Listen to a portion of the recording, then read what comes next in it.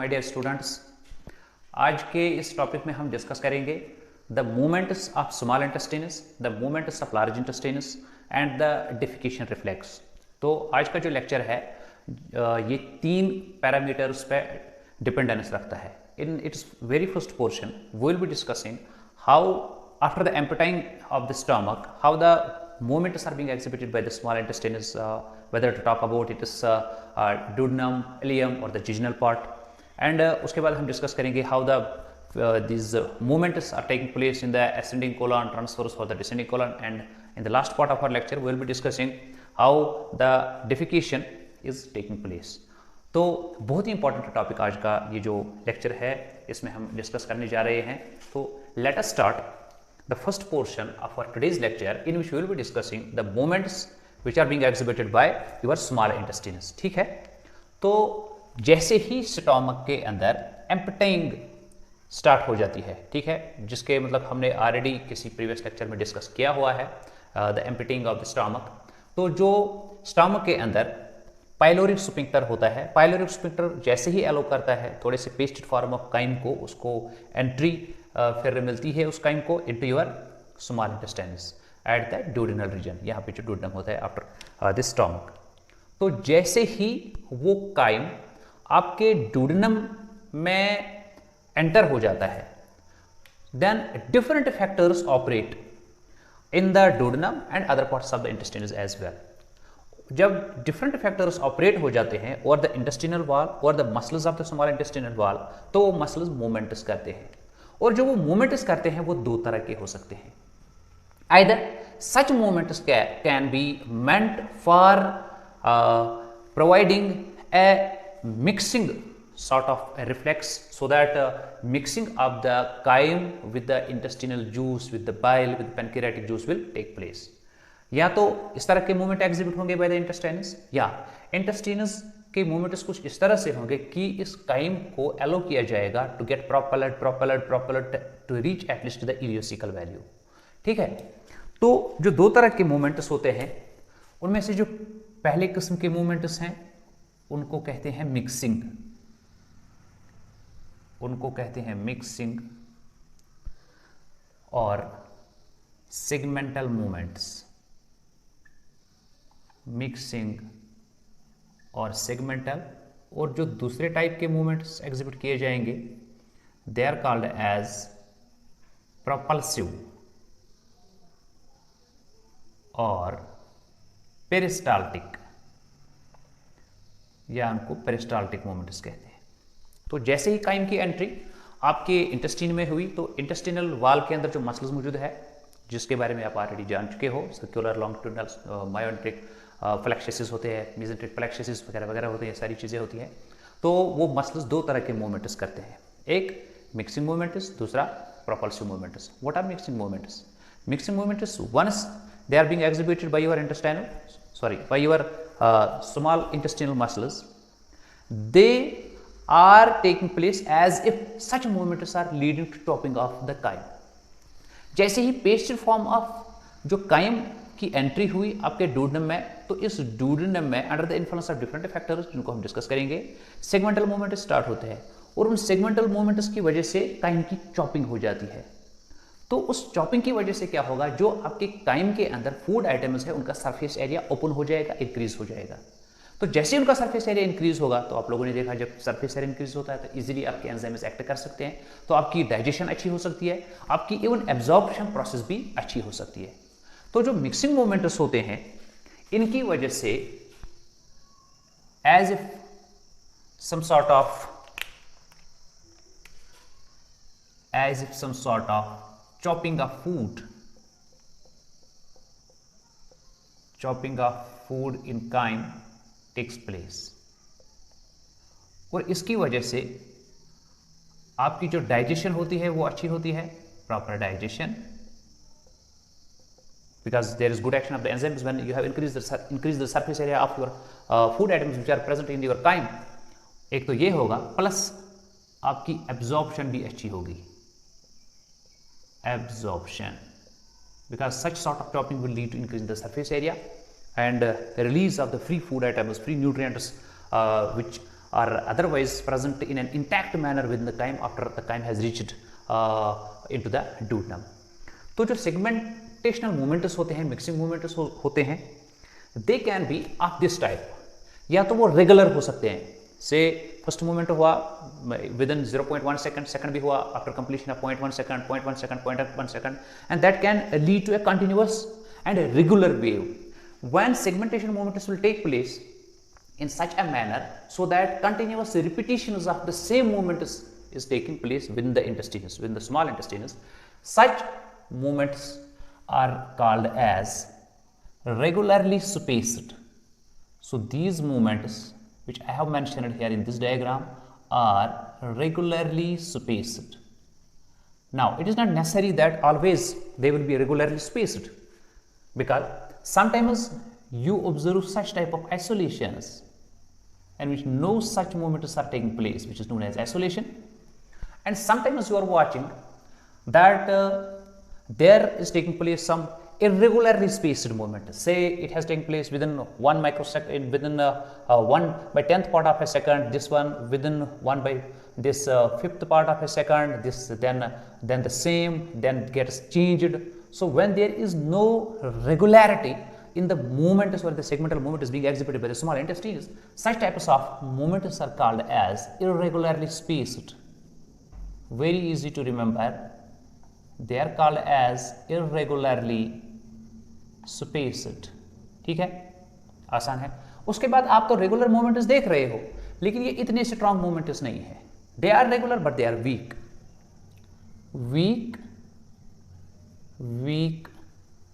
These are weak but regularly spaced.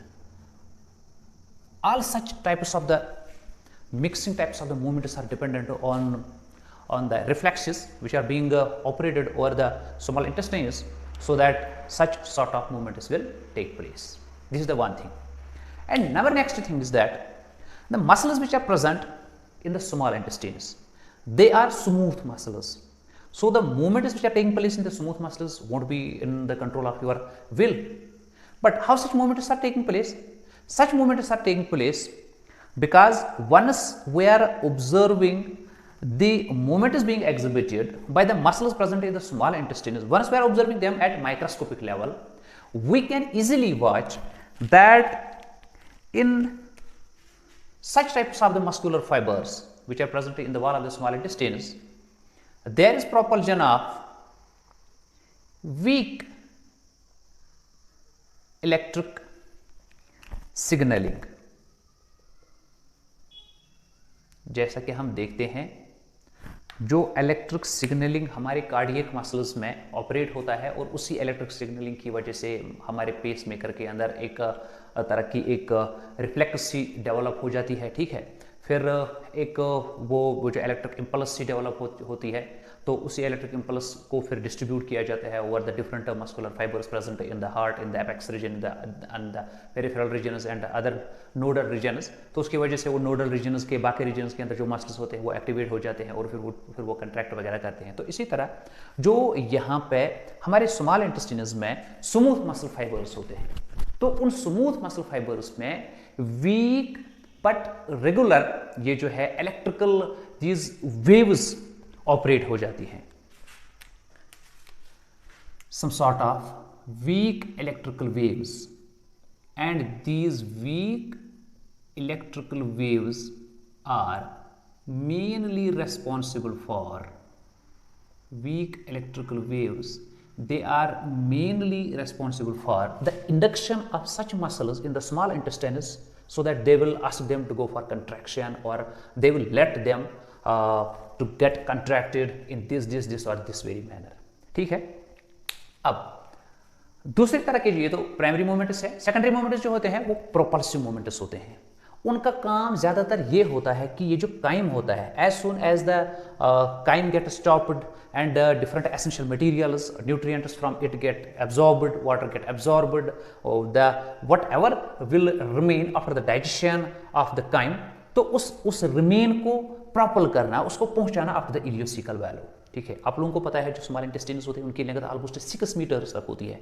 तो 6 metres का ये जो रास्ता है, उस रास्ते में इस काइम को या अनडाइजेस्टेड फूड को प्रॉपल करना, इसको यहाँ तक पहुँचाने के लिए यहाँ पे जो वेव ऑपरेट हो जाती है, प्रोपल्सिव वेव जो ऑपरेट हो जाती है बाय द स्मॉल इंटेस्टाइन्स, उस प्रोपल्सिव वेव को हम पेरिस्टाल्सिस कहते हैं या पेरिस्टाल्टिक वेव कहते हैं।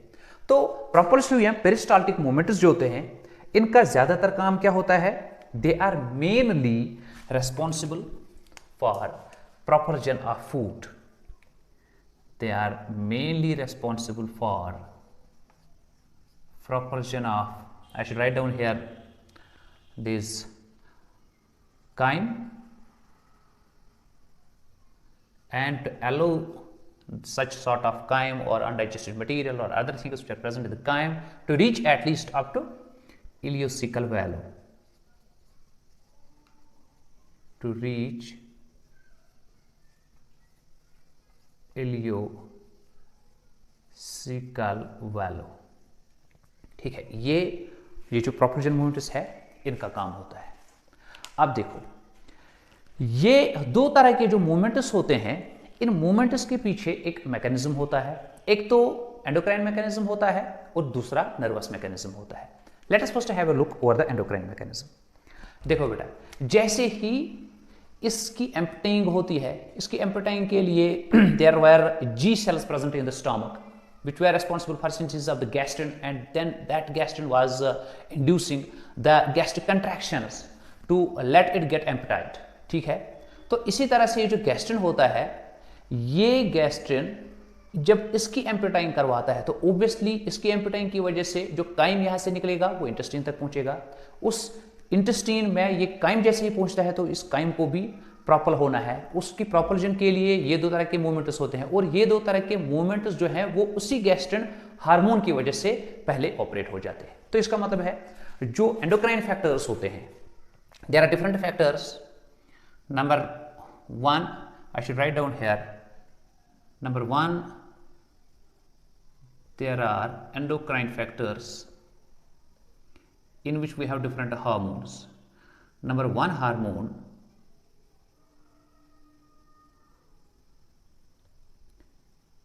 ठीक है, that is gastrin, ये एक हार्मोन है, ठीक है। और इसी तरह से एक दूसरा हार्मोन आएगा जो इंड्यूस करेगा इन मोमेंट्स को with the small intestines, and that very hormone is cholecystokinin. Another one is serotonin, ठीक है, gastrin, CCK, serotonin, and similarly there is another hormone,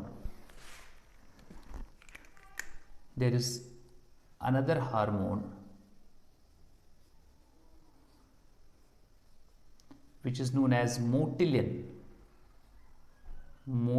which is also responsible for induction of such movements in the small intestines. And there is another hormone, that is insulin,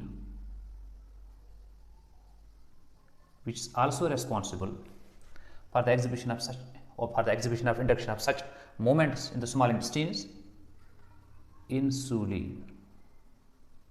अब देखो, ये सारे के सारे जो hormones हैं उनकी वजह से ये मूवमेंट्स इंक्रीज होते हैं। गैस्ट्रिन की वजह से मूवमेंट्स इंक्रीज होते हैं, सीसीके की वजह से, सेरोटोनिन की वजह से, मोटिलिन की वजह से, इंसुलिन की वजह से। लेकिन सारे के सारे जो हार्मोन्स होते हैं वो इंड्यूस नहीं कर सकते हैं कि भाई ज़्यादा से ज़्यादा प्रोपल्सिव पेरिस्टाल्टिक मूवमेंट्स होने चाहिए, ज़्यादा से ज़्यादा मिक्सिंग या सेगमेंटल मूवमेंट्स होते हैं। कुछ हार्मोन्स ऐसे भी होते हैं which are decreasing such movements, and such hormones are mainly number 1 hormone for that is glucagon, and second one is secretin. I will make them here.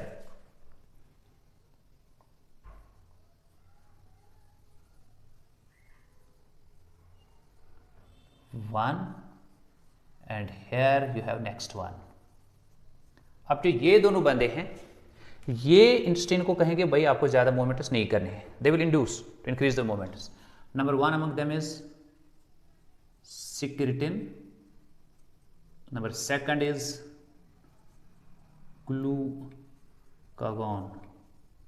Diabetogenic जो hormone होता है, ठीक है, तो it will order it not to go for increased movements, not to go for increased movements.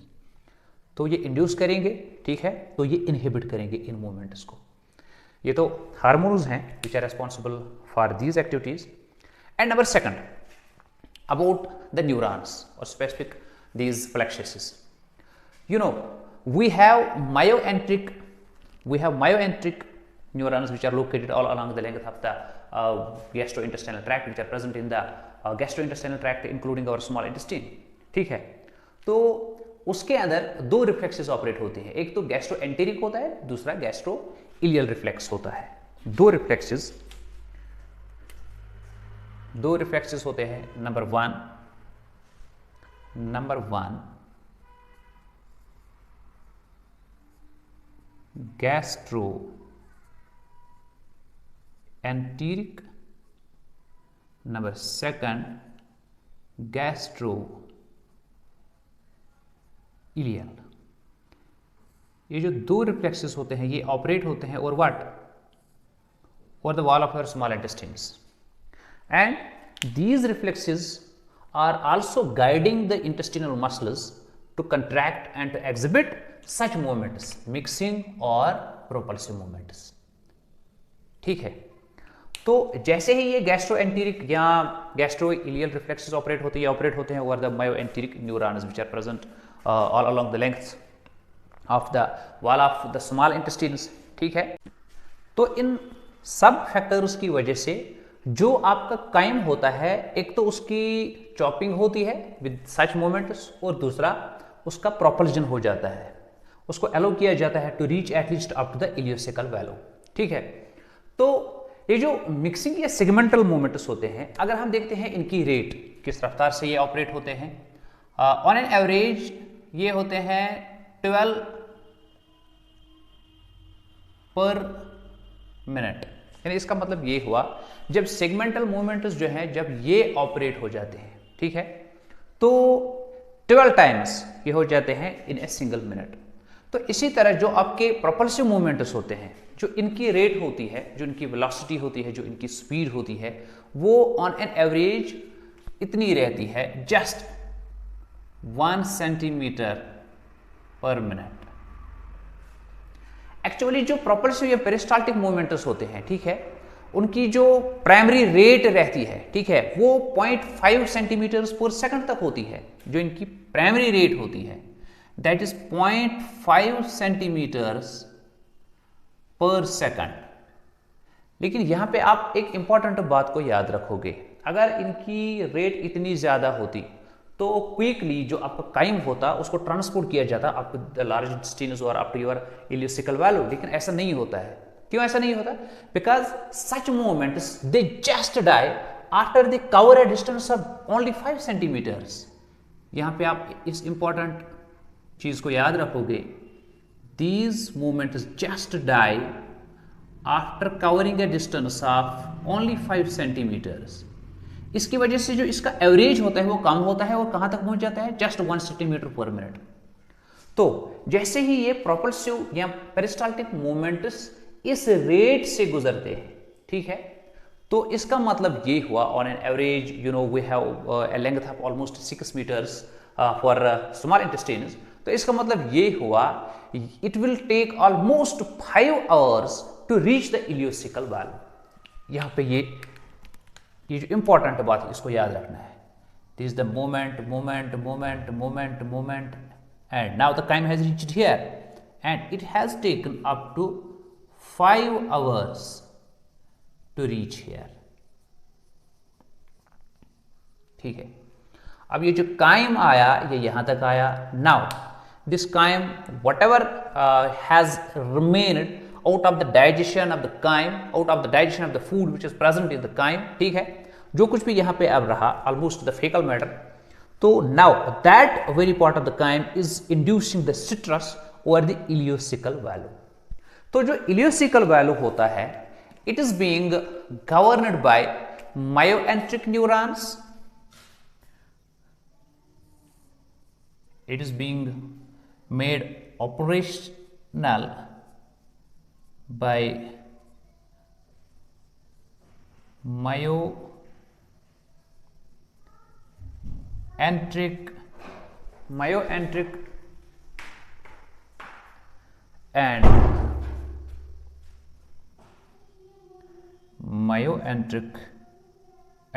it will also be guided, or it will also work under the influence of perivertebral sympathetic ganglion. Remember it,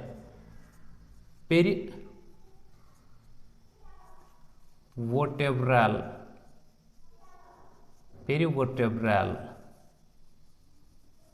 sympathetic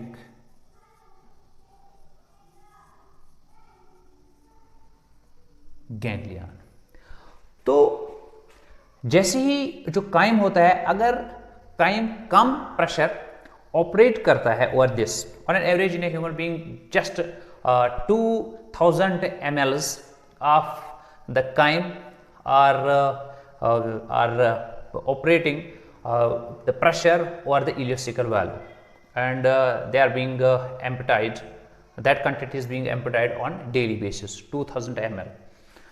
but here जैसा कि हम यहाँ पे देखते हैं, ये जो crime आ जाता है, अगर काइम की क्वांटिटी कम होती है तो इस पे ये जो मायोएंट्रिक सिस्टम या पेरीवर्टिब्रल सिंपैथेटिक जो गैंग्लियन होते हैं ये ज़्यादा ऑपरेट नहीं होते हैं, तो तब तक ये उसको वापस धकेल देता है, यानी ये इजीली एलो नहीं करेगा आपके काइम को to get entry into your large intestines. ठीक है, तो जब यहाँ पे इसका प्रेशर इंक्रीज हो जाता है, when the pressure is increased, when it is increased up to 60 or the 70 centimeters of the water, जब वहां तक प्रेशर इसका इंक्रीज होता है, तब ये स्लोली एंड स्टेडली एलो करेगा आपके काइम को, आपके इस वाले पार्ट को, to get its entry into the large intestines. ठीक है, तो ये तो नॉर्मल सी की बात हुई। Sometimes there are some factors, like there are some medicines, there are some drugs, there are some defects which are associated with your small intestines or even large intestines or with the appendix। तो उन conditions में कुछ other जो chemicals होते हैं वो भी operate हो जाते हैं over the wall of your small intestines, and then such defects can lead to either increased propulsive movements or decreased propulsive movements.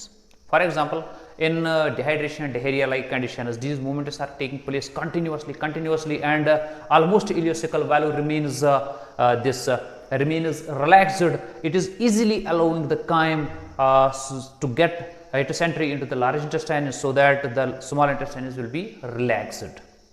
And in some other conditions, like appendicitis is there, when there is appendicitis, then that can lead to even complete closure of this very sphincter, and then that can also lead to very powerful spasmodic pains being experienced by that very patient at that very time, and then in that times that can also lead to partial or complete paralysis of this very part of the small intestines. So these are some medical conditions in which no normalcy of such movements is or will take place by our small intestine. So this is the first part in which we came to know how the propulsion of the movement is, how the mixing of this very chyme is taking place in the small intestine, in our duodenum, in our ileum, and in our jejunum. And as soon as the entry of the chyme or undigested food of the chyme takes place here in this large intestine with the help of ileocecal valve, then this undigested food will reach here as if in this way. But this very part of the undigested food or the chyme is comparatively solidified, है ना, वहाँ पे water content ज़्यादा था crime में इन the small इंटेस्टिन्स। अब water की absorption अच्छी खासी हो चुकी है, अब यहाँ पे न्यूट्रिएंट्स जो डाइजेस्ट किए गए उनको एब्जॉर्ब किया गया। अब पार्शियली दिस ये जो है अनडाइजेस्टेड फूड जो है वो यहाँ पे रहा, और ये कंपेरेटिवली सॉलिडिफाइड है, सिंपल मोटर फॉर्म में है, ये वाटरी फॉर्म में, फ्लूइड फॉर्म में है ही नहीं। As soon as it reaches along with this valve into your large intestines, तो जैसे ही यहां पे पहुंचता है, it develops pressure over the wall of the large intestines. Once this pressure is developed over the wall of the intestines, large intestines, 1 minute. This pressure is nothing but it is actually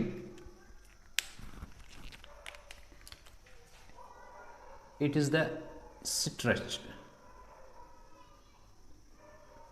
तो जैसे ही ये stretch करता है interior wall of the large intestine, तो उसकी वजह से जो यहाँ पे मायोएंट्रिक न्यूरॉन्स होते हैं, जिस तरह यहाँ पे थे, तो ये मायोएंट्रिक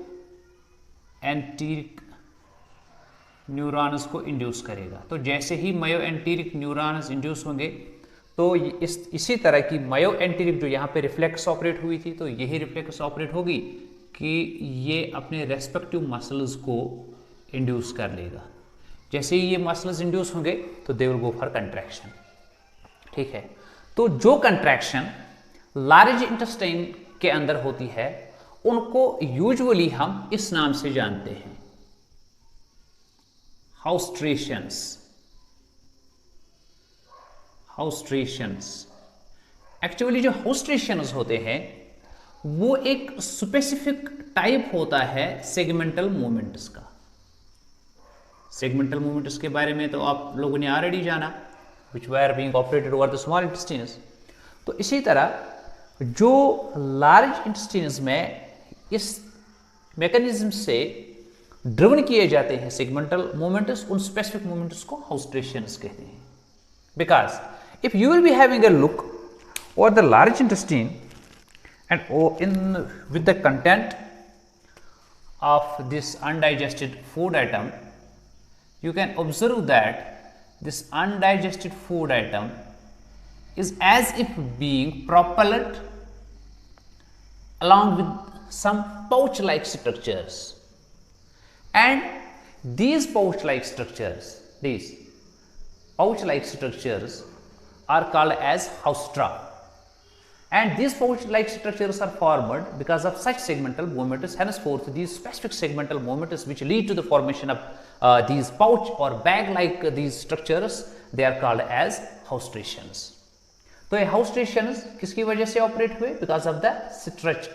Stretch lead to myoenteric local nerve-reflex, and ultimately that lead to segmental movements or specific haustrations. But these segmental movements are a little bit different from the segmental movements being operated by small intestines. How? So far as the wall of the large intestine is concerned, here we have an important muscle known as,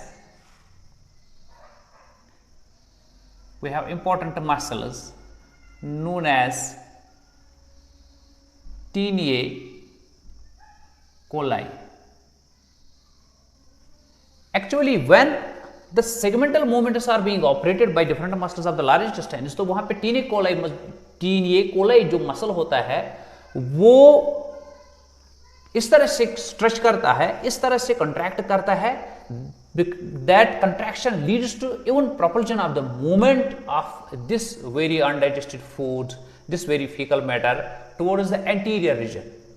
Because you know, in our colon we have ascending part, we have transverse part, we have descending part, and this very right side part I have already told you, यहाँ पे liver नज़दीक में होता है, यहाँ पे liver होता है और यहाँ पे स्प्लीन होता है. ठीक है, that is why this very part is called as hepatic flexure and this very is called as the splenic flexure. ठीक है, तो इसको हेपेटिक फ्लेक्चर से होके जाना है, यहाँ पे इस फूड, इस अनडाइजेस्टेड मटेरियल को स्प्लेनिक फ्लेक्चर से होके नीचे आना है. तो ज्यादातर जो असेंडिंग या ट्रांसवर्स रीजन में मूवमेंट्स होते हैं वो इस तरह के मूवमेंट्स होते हैं. ठीक है, इन मूवमेंट्स की वजह से एक तो प्रोपल्जन भी होता है और दूसरा इनकी वजह से ये जो डाइजेशन एंड एब्जॉर्प्शन प्रोसेस कुछ पेंडिंग रहा होगा इन द स्मॉल इंटेस्टाइन्स, वो भी आसानी से यहाँ पे हो जाता है. कैसे? You know that there are some eco-friendly bacteria which are present where? Which are present in our large intestine. तो जैसे ही ये pouch like structures बनते हैं, ये ball like structures बनते हैं, तो हमारी फीकल मैटर के, तो they are being acted upon by the bacteria which are present in our colon, which are present in our large intestines. तो इन बैक्टीरिया की वजह से क्या चीजें बन सकती हैं, either they can lead to formation of gas, remember it, और these bacteria can also lead to formation of B complex vitamins, इनकी वजह से B complex, ठीक है, और they can also lead to formation of even fat soluble vitamin like vitamin K. So such bacteria also help us in partial digestion of some undigested material which is present in the fecal matter of our large intestines. And as soon as such hostrations are taking place, these hostrations are letting some substances like minerals, remember it, like some minerals, especially sodium, chlorine and some other minerals, to get absorbed. कुछ minerals absorb हो जाते हैं यहाँ पे, B complex, B1, B2, B6, B3 वो absorb होते हैं, fat soluble vitamin K वो भी किसी हद तक absorb हो जाता है। और इसके अलावा जो water होता है, when such hostrational movements are taking place, they are letting the water to get out of these ball-like substances. तो water बाहर की ओर निकल जाता है, when as if the water is being squeezed out from some substances and then that water is also being absorbed. तो large intestine में इन specific movements की वजह से किसी हद तक absorption of the water भी हुआ, absorption of mineral भी हुआ, absorption of B complex भी हुआ and absorption of vitamin K, ऐसी जो substances है इनकी absorption भी हुई। तो ये ज्यादातर ये इस वाले टाइप्स के जो मूवमेंट्स होते हैं वो ऑपरेट होते हैं और दिस रीजन। अब इसके बाद जो ये वाला रीजन है एंड पार्शियली जो ये वाला रीजन है, यहाँ पे पेरिस्टाल्टिक मूवमेंट्स फिर से ज्यादा ऑपरेट हो जाते हैं।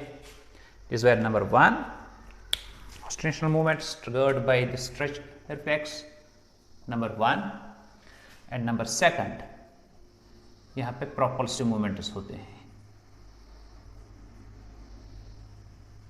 प्रोपल्सिव और पेरिस्टाल्टिक मूवमेंट्स। देखो जैसा कि आपने स्मॉल इंटेस्टाइन में देखा कि वहां पे जो प्रोपल्सिव या सेगमेंटल मूवमेंट्स ऑपरेट हुए under the influence of some endocrine hormones like gastrin, CCK, serotonin, this motilin, insulin, isn't it. जैसे इन हार्मोन्स ने रेगुलेट किया यहां पे बाउल मूवमेंट्स को in the small intestines. Such hormones are also having the similar types of the effects for the large intestines, क्योंकि जो stomach होता है, स्टमक के लिए जैसे हमने पहले ही कहा हुआ है, यहाँ पे जो जी सेल्स होते हैं वो गैस्ट्रिन को बनाते हैं और वो गैस्ट्रिन रेस्पॉन्सिबल होता है for the emptying of the stomach, for the segmental movements and the propulsive movements in the small intestines. And similarly the same gastrin is also responsible for, just a minute, say this is the gastrin, and this very gastrin is also responsible for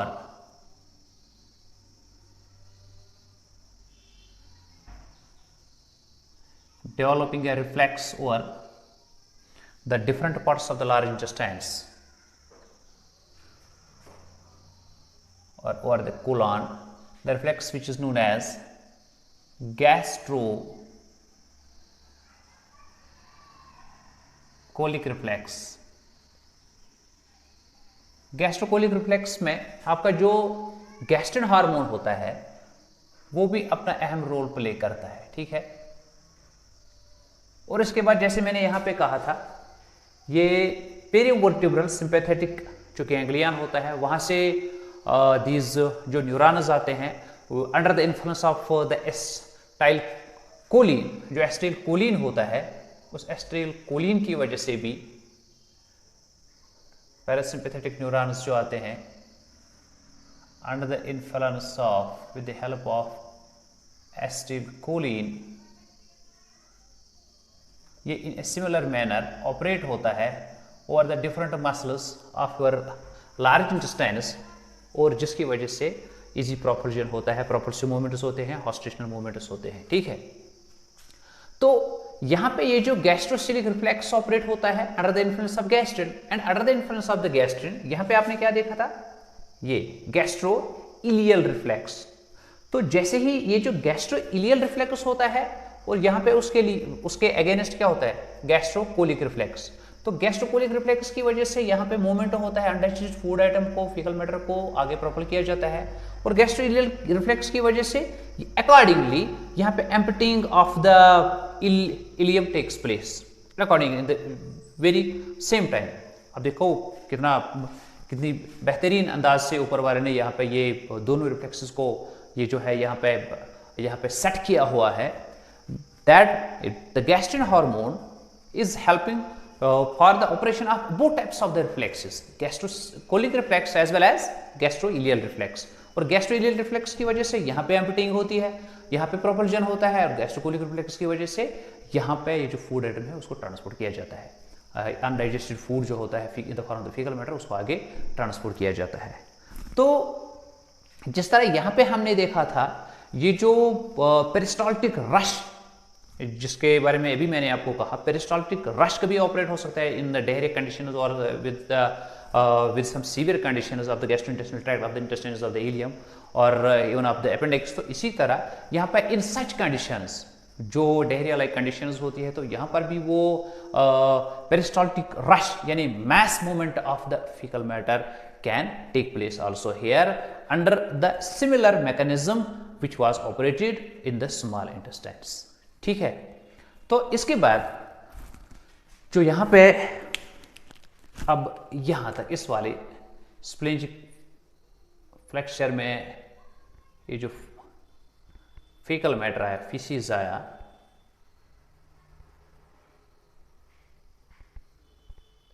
now the same feces has reached up to the rectum. Now it has reached the rectum. अब जैसे ही ये rectum तक पहुंचेगा तो defecation reflex जो है वो start हो जाता है, primarily under the influence of the stretching of this fecal matter. When fecal matter reaches up to the rectum, then that fecal matter stretches these stretch receptors which would have been present otherwise in the wall of the rectum as well. अगर ये stretch receptors है, ठीक है, stretch receptors, अब इन stretch receptors को पहले पता चलेगा कि यहाँ पे fecal matter आया हुआ है, तो इन्हीं स्ट्रेच रिसेप्टर्स की वजह से यहाँ पे नया मैकेनिज्म ऑपरेट होगा जिसकी वजह से we will be induced for defecation. तो अब इसके ऊपर जो बाकी फैक्टर्स है, like brain is one factor, like this vertebral region is another factor. अब हम देखते हैं how such factors are operating over the rectum and then how the whole process of the defecation is taking place. तो जैसे ही ये faeces फेकल matter rectum तक पहुंचा, rectum के वाल में जो दीज रेस्पेक्टिव स्ट्रेच रिसेप्टर्स होते हैं, these receptors will now send signal to what? To the lower part of the spinal cord, and this very lower part of the spinal cord is actually S2 and S4 region. You should remember it, S2 S4, okay? तो जैसे ही इनको information मिली यहाँ पे, तो ये जो spinal cord का ये वाला रीजन है, यहाँ पे इसके जो एक्टिवेटिंग सेंटर्स होते हैं, then in reaction to this very signal they will send, after being activated, ये सेंटर एक्टिवेट हो जाएगा, एक्टिवेट रेस्पेक्टिव ये जो इस रिफ्लेक्स का एक्टिवेटिंग सेंटर होगा स्पाइनल कॉर्ड में इन S2 S4 रीजन, ये एक्टिवेट होने के बाद यहाँ पे सिग्नल भेजेगा in the respective to the respective muscles of the rectum. तो ये इनको कहेगा तो गो फॉर कंट्रैक्शन, इनकी वजह से यहाँ पे कंट्रैक्शन स्टार्ट होगी। तो जैसे ही कंट्रैक्शन स्टार्ट होगी, you can yourself understand its contraction can lead to propulsion of the faecal matter towards the lower region, towards the anal canal. But you should know one important thing here, that the perforation of the anal canal or the anus is guarded by two different sphincters. One is internal and another one is external. You can see here this green color, which is representing the internal anal sphincter, and this red one is here representing the external anal sphincter. Remember some important things with respect to these. Internal anal sphincter जो होता है आपका, ये smooth non skeletal muscle fibres से बना होता है, smooth non skeletal muscle fibres. It means जो इसकी कंट्रैक्शन रिलैक्सेशन होगी that would be under your will, under your control.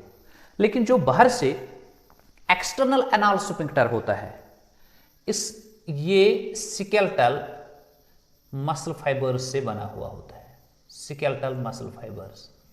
इसका मतलब है आपके चाहने पे ये कंट्रैक्ट करेगा, ये रिलैक्स करेगा. Remember these two important things. So once these stretch receptors have sent the signal to the respective center of the S to S4 region of the spinal cord. After getting activated, its respective centers, it will activate these muscles to go for the contraction. At the very same time, these stretch receptors are also sending the signals to your brain, especially to central part, which is under your control. So जैसे ही आपके rectum में ये fecal matter पहुंचेगा, तो आप में ये feeling आएगी that you should go for defecation. ठीक है, because you know it, if you are an adult you know it that now you should visit the bathroom and you should go for the defecation, because the same stretch receptors are also informing your brain as well. You know that the brain was sending the signals to the different respective myoenteric, these neurons of the stomach, of the small intestine, of the large intestine, and it was guiding these respective regions to go for the movements, to go for the emptying process, to go for the propulsive process, segmental movements and other types of the movements. So once your brain is informed, then your brain will, in response to this signal, send the information or guide your rectum, or it will also guide your skeletal muscles to go for the relaxation. Once you feel, once you are feeling the defecation, once you are visiting the washroom, then you are feeling that you are also guiding the rectum to go for the defecation process in your control, because at that time you are making use of your sensory part as well as the voluntary this part of your brain. And that very important nerve, याद आप रखोगे, वो nerve जो आपके skeletal muscles of your external अनाल sphincter तक जाती है फ्रॉम योर ब्रेन, जो इसको गाइड करती है under your will to contract और टू रिलैक्स, उस स्पेसिफिक नर्व को प्यूडेंडल नर्व कहते हैं. You should remember it, very important point. That very nerve is called as pudendal nerve. ठीक है. If now you are in the washroom, now with the help of pudendal nerve, under these when all these mechanisms are being operated over your rectum, over your anal sphincter and the anal canal, and then you are sending voluntarily this signal via this very nerve to the sphincter to get relaxed. When you are relaxing it internally and externally, at the very same time your internal anal sphincter is also being relaxed under the parasympathetic nerve centers which were present here, which was just activated.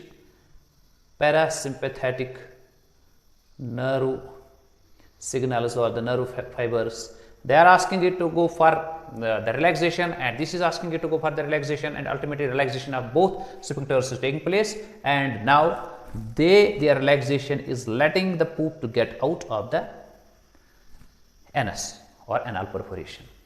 So हमने देखा जो defecation reflex है, defecation reflex में stretch, sensory part of parasympathetic जो nervous reason होता है, या sensory reflex जो ऑपरेट होते हैं from the central nervous system, ये सारे ऑपरेट हो जाते हैं.